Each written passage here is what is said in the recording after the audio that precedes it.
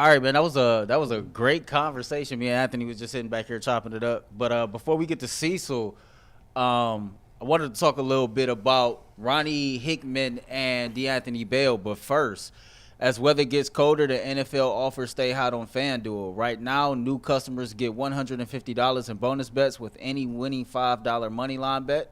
That's $150 if your team wins. If you've been thinking about joining FanDuel, there's no better time to get in on the action. The app is easy to use, and there's a wide range of betting options that include spreads, player props, over-unders, and more. So visit FanDuel.com/UCSS and kick off the NFL season. FanDuel, official partner of the NFL. So when I put this together last night, the Browns defense played great at home. They've been playing much better over the last couple weeks. We know all the injuries that we're dealing with, especially in the secondary. But two undrafted guys, D'Anthony Bell, Ronnie Hickman, go Bucks, have stepped up, man, and it don't seem like it's been any drop-off. So, Tyvis, go crazy. Yeah, Ronnie Hickman, I don't know why he went undrafted. I thought he was a very productive guy when he was at Ohio State. And, when he comes here and he's playing that post, he's doing a really good job of reading the field. We seen it in the preseason. He was able to make some picks in the preseason. He made some plays on the ball. So his middle of the field presence, I don't know if Juan Thornhill or Jim Schwartz has really simplified it for him, but his middle of the field presence has been really good. He even came up on this last week and made some plays on the ball. So he got just a good feel for the game. D'Anthony Bell, now listen, D'Anthony Bell is a guy that he's playing this run game really, really well. Yeah. Like, for them not to have Dale Pitt, I didn't even notice Dale Pitt wasn't out there because D'Anthony Bell came up and he set the edge and made some tackles on running backs. Mm-hmm. I was like, this dude is for real. The only concern is I need to see how he does in the pass game because I don't know when Cole Kmet caught the touchdown, I don't know what they were in, and I don't know who gave up the touchdown. I got to go back and watch the play.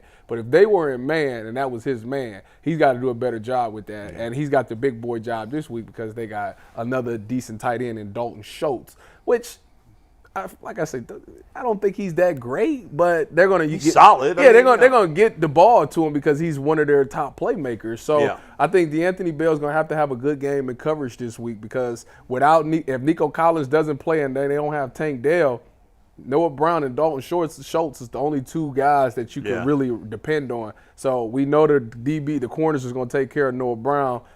Safety's got to take care of the tight end. What say you on these guys? Man, You liked Ronnie Hickman. I'll give you credit. You were talking about Ronnie Hickman in preseason. Yeah, in training camp. You liked him. I said, man, this kid, I like his nose for the football. He got them instincts. And no disrespect to Juan Thornhill, but if you said who's one guy that you would classify as a disappointment, he's not really a disappointment like he's John Johnson.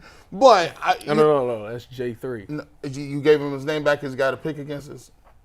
I took his name away. I never took. Jonathan. Well, for some odd reason, he got crowned as my boy. Yeah, that's your man. I don't understand it. It's your man, dog. I don't understand I see y'all be going out to the chicken place getting wings together and stuff. I be seeing y'all. Your boy. Yeah, your man. Juan Thornhill, he been injured a little bit, but Tyvis, I can't get over it. Like, there was one play, we were playing the Rams, and they're in cover 6. He's the safety, and he lets him run a corner route. I don't understand. You're supposed to be there. What do you mean? Wait, is he to the half side or to the quarter side? Man, he over to the half. Like, that's the corner got to sink. But the corner carried him, right? So they shouldn't even throw the ball. If he carried him like he was supposed to, it should have been a non-play. But he was supposed to be over the top. And I'm like, that's your guy, Jonathan. To a certain extent. Come on, Jonathan.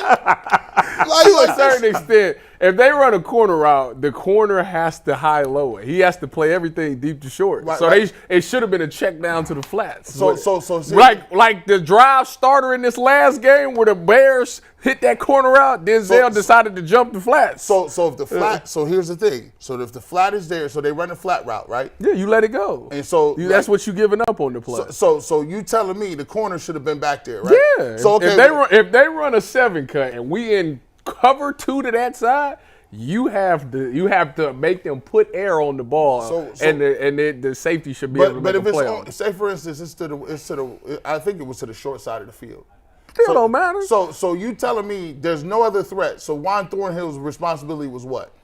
He got to be over the top of that. So he was over the top, right? Mm-hmm. But if I'm looking at it, I'm like, bro, you right there. You deep as drive on that, bro. Guys, more on this later because we got our guests.